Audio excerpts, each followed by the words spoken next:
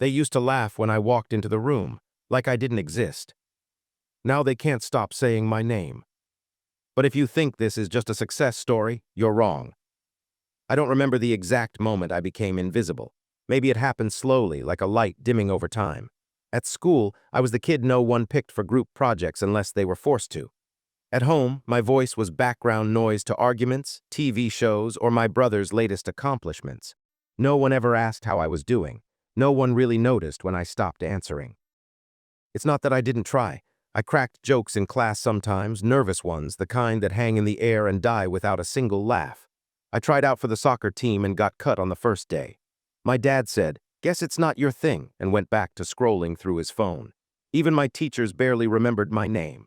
Once Ms. Hargrove called me by the wrong name 3 times in one day. I started to wonder if maybe they were right.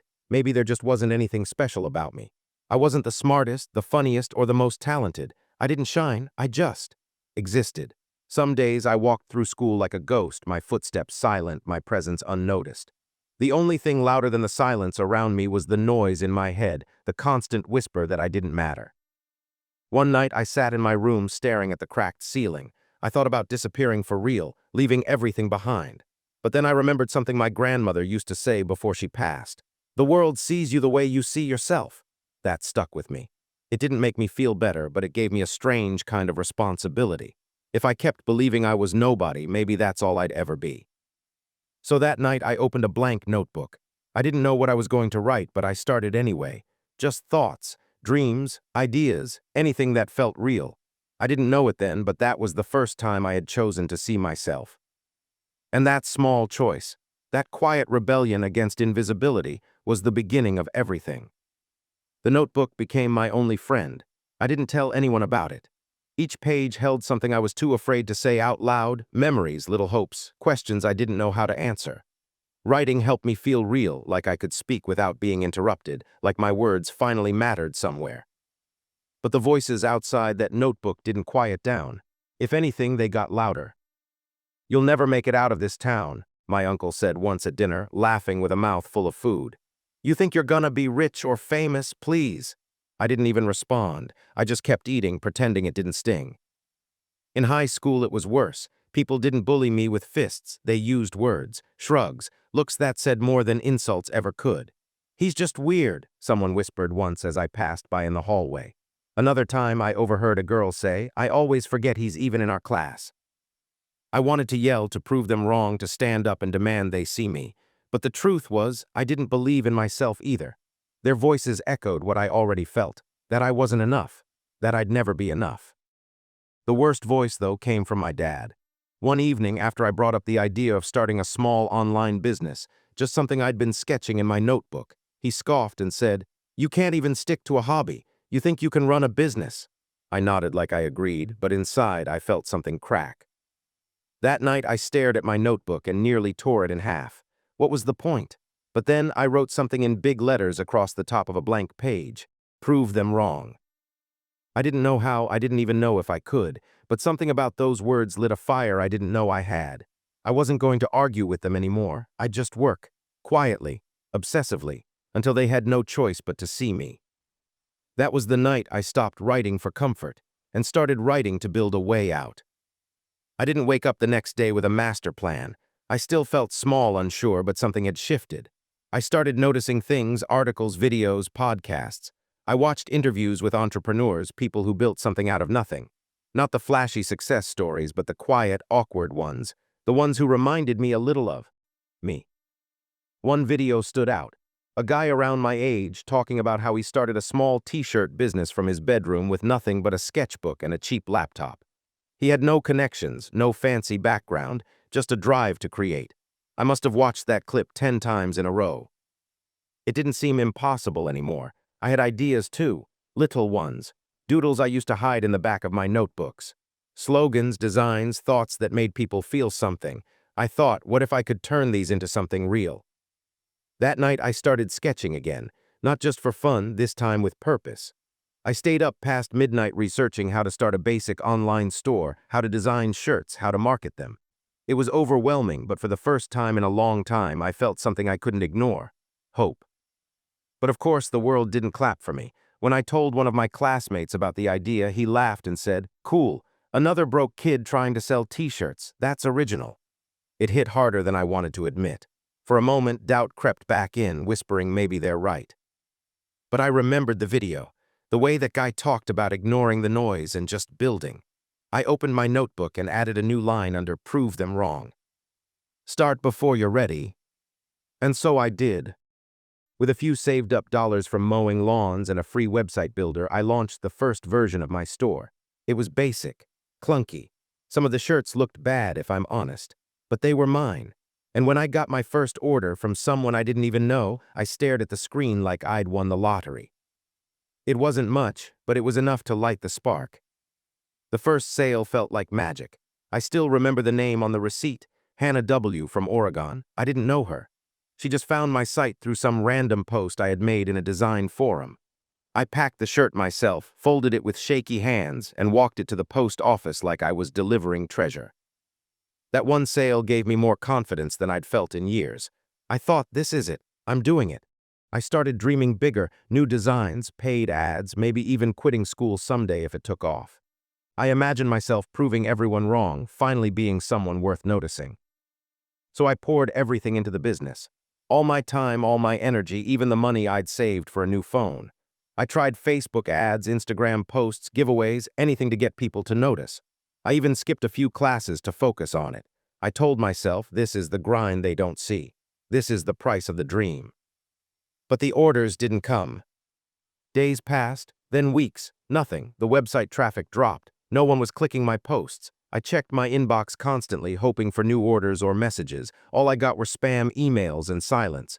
Every failed ad felt like a punch to the gut. My money was running out. My energy was fading even faster. Then came the worst blow. One night my dad walked in while I was trying to fix the website.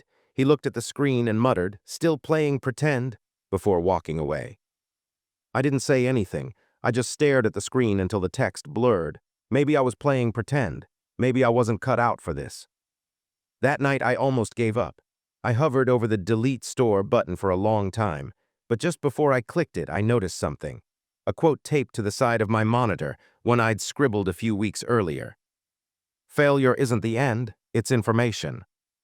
I didn't delete the store. Instead, I started researching what went wrong. I watched tutorials, read blogs, listened to podcasts. I stopped guessing and started learning. I realized I'd treated a dream like a shortcut, but dreams don't work unless you do. This wasn't the end, it was my first lesson. I went quiet after that first failure, not just online but in real life too. I stopped telling people what I was working on. I stopped hoping for praise or recognition. I just worked silently, obsessively. Days blurred together. I'd come home from school, skip dinner, and go straight to my room. While everyone else watched TV or argued over nonsense, I sat at my desk with my cheap laptop and my notebook, trying to understand things like SEO, customer psychology, branding. I rewrote my product descriptions, redesigned every shirt, and studied why people bought things they didn't even need. No one saw any of it. My friends stopped asking me to hang out. I think they assumed I was just isolating again. Maybe I was, but this time it wasn't sadness keeping me alone, it was focus. For the first time in my life, I wanted to be obsessed with something. Still, there were nights when I stared at the screen, eyes burning, wondering if it was all pointless. No sales, no feedback, just silence.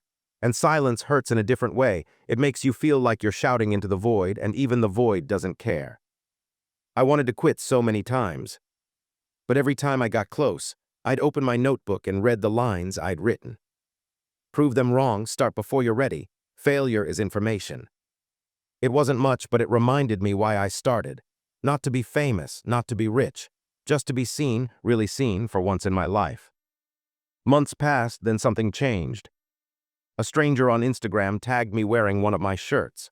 "Love this message," she wrote. "Got so many compliments today." I stared at that post for 10 minutes, heart racing. It was real. Someone liked something I created. It wasn't viral, it wasn't a breakthrough, but it was fuel. From that moment on, I knew I couldn't stop. Because while the world still wasn't watching, I was becoming someone new, someone who didn't just dream, but built. And one day, I knew they'd all see what I was building. I lost count of how many emails I sent. To influencers, to bloggers, to small podcast hosts, anyone who might give my little brand a shot. Most never replied. Some responded with polite rejections. A few weren't polite at all. Each unanswered email felt like its own kind of failure, like I was back in those school hallways, ignored, invisible, irrelevant. But I kept going. I told myself that every no was one step closer to a yes. I had nothing to offer but effort. I didn't have a marketing team, a budget, or a famous last name. Just designs, a website, and a growing hunger to prove that I wasn't the nobody they all thought I was. There was one rejection that almost broke me. I'd saved up money for weeks to buy ad space on a micro-influencer's page. We agreed on a post. I sent her the product, the copy, everything. She ghosted me, never posted, never replied again, my money gone just like that. I sat in the dark for a long time that night, staring at my empty inbox, wondering what else I could possibly give that I hadn't already. I almost gave up. Again. But the next morning, something changed. I woke up to an email from a guy named Marcus. He ran a small but respected streetwear blog. Found your brand through a Reddit thread, not bad stuff. You open to an interview. I thought it was a scam. I read it 10 times before replying. A week later, the interview was up. The response was small, but it was real. A few dozen new followers, 4 new orders in one day. A message from a customer in Canada telling me my shirt helped him feel less alone. It wasn't fame, but it was the first yes that mattered. And suddenly the rejections didn't feel so heavy anymore. That one yes reminded me that I could be seen, that all the quiet nights, all the failures, all the invisible effort, it wasn't for nothing. That email didn't just keep my dream alive. It proved I was finally starting to move forward. After that blog feature, things didn't explode, but they moved, steadily, slowly. My store started getting consistent orders and people began tagging me on social media. Not hundreds, just a few, but they were real people wearing my designs. I used to imagine what that would feel like, and now it was happening. I should have been ecstatic, and at first I was. I started waking up with purpose. I checked stats over breakfast, sketched during lunch, and answered emails at night. I kept learning design, copywriting, digital ads. I reinvested every dollar I earned. My room turned into a mini office, packages stacked on the floor, sticky notes taped to the walls, my laptop always open. But somewhere in the middle of all that progress, I noticed something. I was alone. My phone barely buzzed unless it was work-related. The friends I used to talk to stopped inviting me out. Even my family didn't quite get it. My dad once walked in and said, "Still on that shirt thing?" As if it wasn't real. As if it was a phase I'd eventually grow out of. It hurt in a different way now. Not because I was failing, but because even success felt invisible when no one around you saw it. I started wondering if I was trading connection for progress. Was building this dream going to cost me everything else? One night I got a message from someone I used to sit next to in class. Just 5 words, "Saw the site, you're killing it." I stared at that message longer than I care to admit. It reminded me I wasn't completely forgotten. That someone noticed. So I replied, I didn't say much, just "Thanks, man, it means a lot." But it sparked a short conversation, a normal one. For the first time in months, I wasn't talking about orders or deadlines. I was just talking to someone who remembered me before the dream started growing. That night I realized something important. Success doesn't fix loneliness. If anything, it makes it quieter. But it also reminded me that I didn't have to carry all of this alone. I just had to let someone in. I didn't expect the call. It came on a Tuesday afternoon when I was reworking designs and trying not to drown in my to-do list. My phone buzzed with an unknown number. I almost ignored it. But something made me pick up. "Hi, this is Laura from Forbes magazine. We came across your brand and we'd like to feature your story in our next issue." I froze. For a moment I thought it was a prank, or maybe some mistake. I stammered, trying to find words. You're serious." She laughed warmly. "Yes, we want to share how you built your business from nothing, the struggles, the grind, your story." I hung up and sat there, heart pounding. It felt unreal, like a dream I'd been chasing for years was finally stepping into the light. But along with the excitement came a wave of doubt. Why me, I wondered. What if they expect me to be someone I'm not? The next few days were a blur of interviews, photo shoots, and endless questions. I shared things I'd never told anyone, how invisible I'd felt, the nights I wanted to quit, the voices telling me I wasn't good enough. For the first time, my story wasn't just words in a notebook. It was real, public, visible. When the issue finally came out, seeing my face on the cover of Forbes shook me to my core. All the doubts, the silence, the struggle, they felt like they were finally worth something. But the real change wasn't the fame or the recognition. It was inside me. I realized I wasn't just proving others wrong, I was proving myself right. That I was someone who mattered. Being on the cover of Forbes was a moment I'll never forget. It felt like the world was finally watching. My phone buzzed nonstop with messages, some from strangers, some from people who had ignored me before. Suddenly, I was that guy, the one who made it. But being seen came with its own kind of pressure. The spotlight was heavier than I expected. Every post, every design, every word I shared felt like it carried weight. Suddenly, the quiet freedom I had in my room, working at my own pace, was gone. I started second-guessing everything. What if my next product wasn't good enough? What if people thought I was a fraud? The same voices that whispered when I was invisible had changed tone. They weren't silent anymore. Now they expected me to be perfect. I felt like I was on a stage, and every move was being watched, judged. That loneliness I thought I'd escaped came back, but louder. Only this time I couldn't hide behind invisibility. I was visible but vulnerable. One evening, overwhelmed by the pressure, I called my grandmother's old voicemail, just to hear her voice again. "Remember, it's okay to be scared," she had said years ago. "Courage isn't the absence of fear, it's moving forward despite it." I realized I didn't have to carry this weight alone. I could lean on the people who believed in me, the friends who reached out, the customers who shared their stories, the strangers who saw my journey and found hope. Being visible wasn't about being perfect, it was about being real. And maybe that was the real success. Looking back, it's hard to believe how far I've come. The kid who once felt invisible, who heard nobody echo around him like a weight, is now on the cover of Forbes. It feels surreal, like a dream I never dared to speak out loud. But underneath the headlines, the success, and the spotlight, I'm still me.